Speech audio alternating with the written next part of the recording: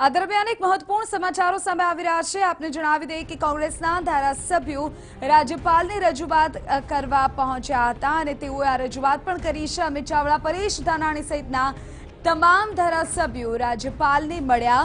કોંગ્રેસના નેતાઓએ ભગવાન બારડ મુદ્દે રાજ્યપાલને રજૂઆત કરી છે। આપને જણાવી દઈએ કે ભગવાન બારડને વિધાનસભાના અધ્યક્ષે ધારાસભ્ય પદે ગેરલાયક ઠેરવ્યા હતા અને તેને લઈને જ હવે કોંગ્રેસના તમામ ધારાસભ્યો આકરા પાણીએ છે।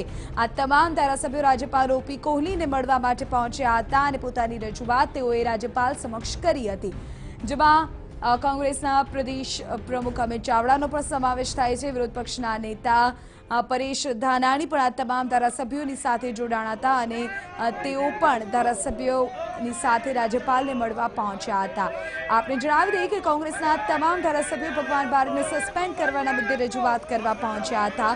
મહત્વપૂર્ણ છે કે કોંગ્રેસના ધારાસભ્ય ભગવાન બારડ પર ખનીજ ચોરીના કેસ મામલે તેઓને સજાનું એલાન થયું અને ત્યારબાદ વિધાનસભાના અધ્યક્ષે ધારાસભ્ય પદેથી સસ્પેન્ડ કર્યા। જો કે ત્યારબાદ સેશન્સ કોર્ટે તેમની સજા પર સ્ટે સંભળાવ્યો અને તેને લઈને જ હવે તમામ ધારાસભ્યો પોતાની રજૂઆત કરવા રાજ્યપાલ પાસે પહોંચ્યા હતા। તેઓનું કહેવું છે કે ભગવાન બારડને સસ્પેન્ડ કરવા યોગ્ય નથી।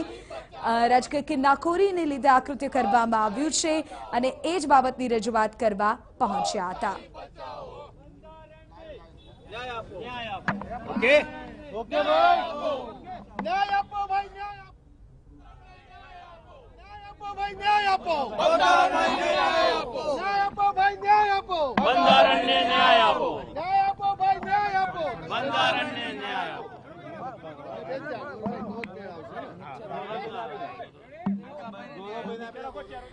તો હવે આ મુદ્દે ધારાસભ્યો આખરે શું રજૂઆત કરી, પરેશ ધાનાણી ચોક્કસપણે પ્રતિક્રિયા આપવા જઈ રહ્યા છે, પરંતુ આપણે જણાવી દઈએ કે ભગવાન બારડના સસ્પેન્શનને લઈને તમામ ધારાસભ્યોએ પોતાની રજૂઆત કરી।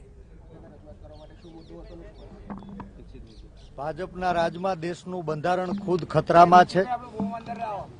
ભારતીય જનતા પાર્ટીના શાસકો બહુમતીના બળે બંધારણને કચડી અને સત્તા બચાવવાનો અનૈતિક પ્રયાસ સતત કરતા આવ્યા છે અને એ જ પરિણામ સ્વરૂપ અમારા નિષ્ઠાવાન અને કર્મઠ કાર્યકર્તા તાલાળાના ધારાસભ્ય માનની ભગાભાઈ બારડ એને એક 1995ના જૂના કેસમાં ખોટી રીતે ફસાવી અધૂરા પુરાવાઓ રજૂ કરી અને સૂત્રાપાડા કોર્ટમાં એમને ગુનેગાર સાબિત ઠેરવવામાં આવ્યા।